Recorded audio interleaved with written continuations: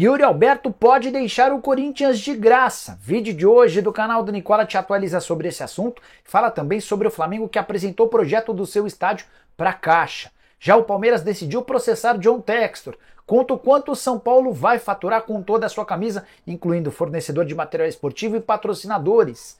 Pressão de torcida organizada do Vasco em cima de Alexandre Matos. Cruzeiro e Atlético disputando o mesmo jogador. As quartas de final do Paulistão definidas. Tudo isso e muito mais a partir de agora.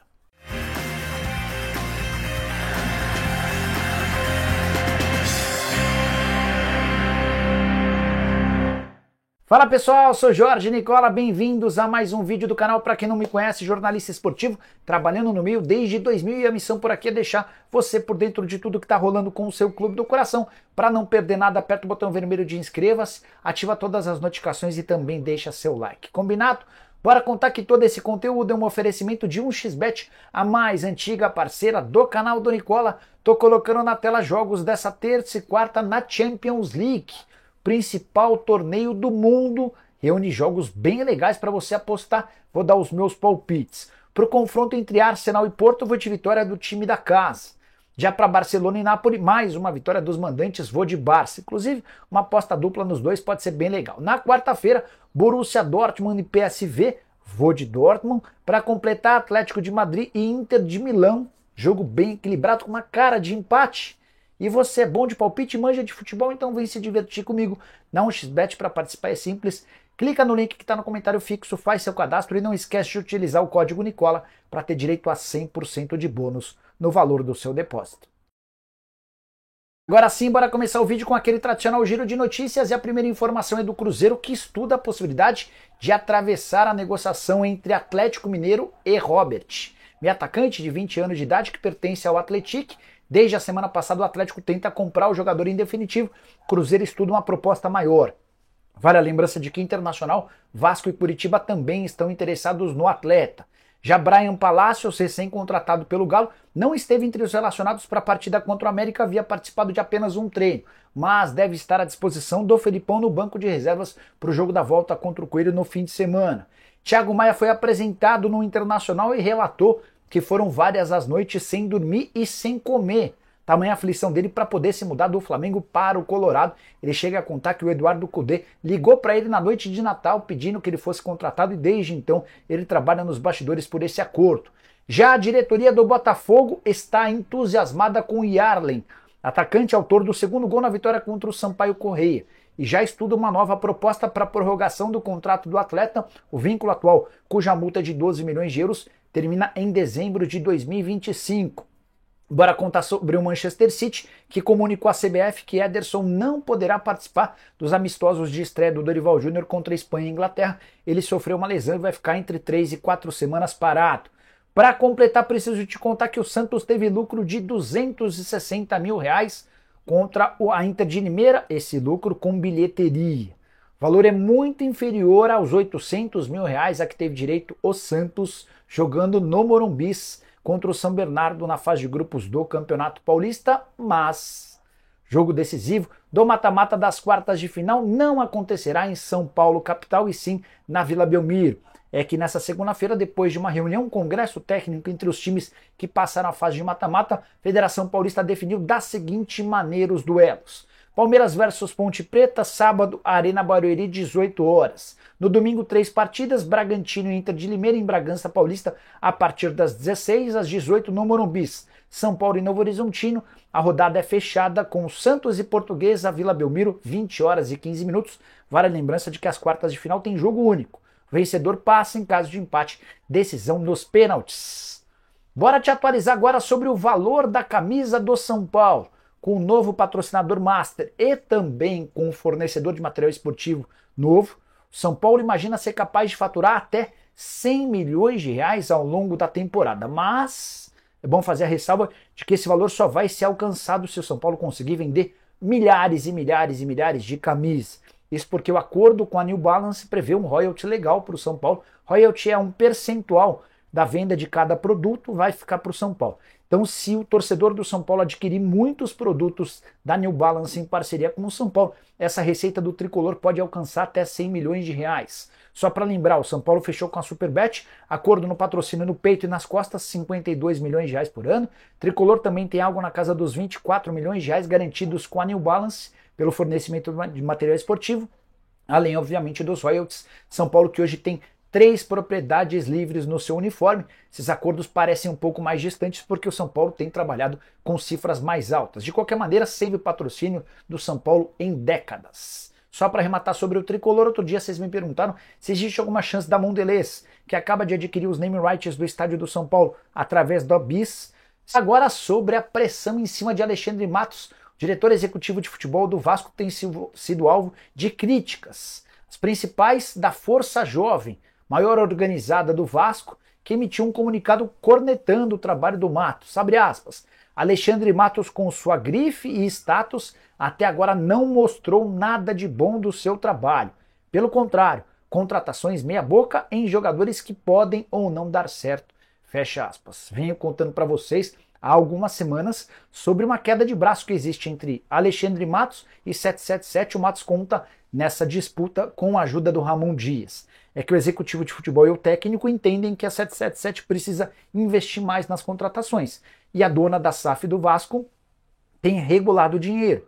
Vários dos reforços contratados pelo Vasco eram só a 4ª ou 5ª opção para cada posição. Mas, diante da falta de dinheiro imposto pela 777, o Matos, o Ramon Dias e companhia precisaram optar por contratações bem menos empolgantes e badaladas em relação àquelas iniciais. Vasco que teve uma semana bem complicada, empate e classificação nos pênaltis na Copa do Brasil quinta-feira contra o Água Santa, empate com sabor de vitória diante de todas as chances desperdiçadas pelo Nova Iguaçu nesse domingo no Maracanã. Partida da volta no próximo domingo, novamente no Maracanã. E a expectativa do Vasco é de que com a semana livre para treinar e se recuperar, o Vasco possa ter um desempenho melhor. Já o Nova Iguaçu entra em campo pela Copa do Brasil para enfrentar o Internacional. Então a situação se inverte. Se o Vasco jogou no domingo cansado, quem vai ter um desgaste físico acentuado será o adversário. O Vasco só passa para a final do Campeonato Carioca se vencer o Nova Iguaçu. Em caso de 2 resultados iguais, a classificação será do Nova Iguaçu por ter melhor campanha na fase de grupos. Bora te atualizar agora sobre a chance de Yuri Alberto deixar o Corinthians de graça. Essa lebre foi levantada pelo Benjamin Bach, que é jornalista, comentarista, apresentador. Ele chegou a ter um bate-boca forte com o Duílio Monteiro Alves nesse domingo no seu programa. E nesse bate-papo, o Benjamin Bach já havia alertado sobre uma dívida que o Corinthians tem com o atleta Yuri Alberto. Fui verificar. Conversei com um dos representantes do Yuri e posso assegurar para vocês que hoje o Corinthians deve aproximadamente 5 meses de direitos de imagem, 3 do ano passado e mais 2 desse ano. Apesar da mudança no comando na presidência, o Corinthians segue atrasando pagamentos de direitos de imagem. Soma-se tudo isso e a dívida alvinegra com o Yuri Alberto é de mais ou menos 2,5 milhões de reais. Detalhe, o empresário do Yuri é o André Cury, que acaba de abrir 5 processos contra o Corinthians pedindo 27 milhões de reais. Para completar, é bom lembrar que Matias Rojas, outro atleta que foi representado pelo André Cury quando chegou ao Corinthians, acaba de ir à justiça. Ele vai à FIFA para requerer 8. Rolou um acordo entre o Augusto Melo e os representantes do Matias Rojas. O Corinthians queria pagar aquilo que devia, o Rojas pediu mais. No final das contas, o atleta decidiu recorrer à FIFA, o Corinthians ganha tempo, não vai precisar quitar nada agora, mas lá na frente pode ver esse prejuízo se tornar bastante significativo, com uma dívida de 40 milhões de reais e com um transfer ban, aquela punição que impede o clube de registrar atletas. Sobre Yuri Alberto, ele poderia sair de graça do timão, basta ter vontade e ir à justiça. Além de uma perda considerável, um jogador dos mais valiosos, o Corinthians ainda ficaria a ver navios num centroavante que custou bastante dinheiro, embora tenha chegado sem custos, ele foi trocado por vários jogadores importantes. O que eu ouvi do André Cury é de que o Yuri Alberto não cogita a possibilidade de recorrer à justiça nesse momento. Só para completar sobre o Corinthians, queria contar que Juliano é mais um a entrar com ação contra o Corinthians. Ele foi à justiça para exigir o pagamento de R$ 1.800.000, que equivalem a atrasos de direitos de imagem. Existia um acordo entre as partes para a quitação desse valor em 8 parcelas de 213 mil. O Corinthians não fez nenhuma desses pagamentos e o Juliano recorreu à justiça. A saideira sobre o Corinthians, preciso contar para vocês que Kaká foi autorizado pela CBF a estar em campo na partida de quinta-feira contra o São Bernardo, o jogo válido pela Copa do Brasil. Dessa maneira, vai caber ao Antônio Oliveira promover ou não a estreia do zagueiro recém-contratado. Bora falar agora sobre o Palmeiras, que optou por processar John Textor. Você sabe que o dono da SAF do Botafogo vem batendo na tecla de que o futebol brasileiro é vítima de corrupção, com direito a esquema de arbitragem. Ele alega ter um áudio em que o árbitro cobra uma propina que não foi paga, não deu mais detalhes sobre essa história, mas o Palmeiras se sentiu afetado até porque foi o campeão brasileiro do ano passado, batendo o Botafogo, que foi líder durante a maior parte da competição. O Botafogo terminou o campeonato se arrastando e foi apenas o quinto colocado. Pois bem, o Palmeiras usou suas redes sociais para anunciar nessa segunda-feira que vai processar John Textor nas esferas civil, criminal e esportiva. E o Palmeiras justifica da seguinte maneira, abre aspas, para que ele responda pelas declarações irresponsáveis e levianas que recorrentemente têm envolvido o nome do atual bicampeão brasileiro. Se o Textor tem informações sobre a prática de atos ilícitos no futebol brasileiro, que as apresente imediatamente aos órgãos competentes, incluindo os públicos. Aceitar a derrota é o primeiro passo a ser dado por quem almeja se reerguer.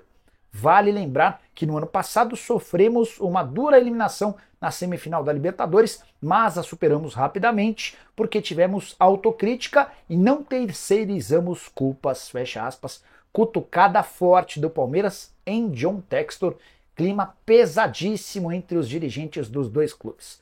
Só para arrematar sobre o Verdão, o Palmeiras ainda não se definiu entre Puma e Adidas. Contei para vocês que na quinta-feira da semana passada a Puma era a favorita, a Adidas cobriu a oferta e ao que consta a Puma já se disponibilizou a pagar aquilo que a Adidas está disposta. Quem ganha é o Palmeiras, afinal de contas o leilão vai fazendo com que o acordo se torne melhor para o Palmeiras. Bora fechar o vídeo para falar sobre o Flamengo, que apresentou no último sábado à Caixa o projeto para a construção do seu estádio. Negociação entre Flamengo e Caixa é antiga, desde o ano passado o rubro-negro tenta convencer a Caixa a vender por um valor bacana um terreno no centro do Rio de Janeiro, no gasômetro, para a construção do estádio. Num encontro em dezembro, o Flamengo pediu que a Caixa aceitasse uma proposta do Fla. A Caixa disse que não dá para trabalhar com valores antes de o Flamengo ter um projeto de estádio. E esse projeto foi apresentado no último sábado, quando o presidente Rodolfo Landim, acompanhado dos seus executivos, esteve em contato com os dirigentes da Caixa.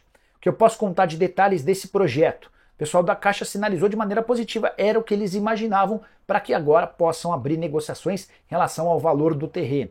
O terreno inicialmente avaliado em 250 milhões de reais, a Caixa já sinalizou com um pedido maior e o Flamengo vai tentar convencer o banco a vendê-lo pelo menor valor possível, alegando que há uma série de melhorias que vão ser garantidas ao centro da cidade do Rio de Janeiro com a construção desse estádio para 100 mil pessoas, pelo menos 100 mil pessoas. O Flamengo tem batido nessa tecla da importância de ter o maior estádio do futebol brasileiro para comportar todos os tipos de bolsos dos seus torcedores. Só para completar sobre o Fla, enquanto a gente não tem mais novidades sobre o caso, queria contar que o rubro-negro acertou um novo contrato com o BRB, banco que por anos foi o patrocinador master do Flamengo. Houve uma mudança, a Pixbet assumiu o patrocínio master pagando 85 milhões de reais. E o BRB foi colocado provisoriamente no omoplata, só 3 meses de contrato, janeiro, fevereiro e março. E nas últimas horas o Fla se acertou com o BRB, que vai ficar de abril até dezembro pagando 19 milhões de reais no mesmo espaço do omoplata. Camisa rubro-negra passa a valer ainda mais, a mais valiosa do futebol brasileiro. Você curtiu o vídeo? Deixa like, se inscreve no canal. Nos encontramos às 7, tem programa do Nicola. Abraço, tchau!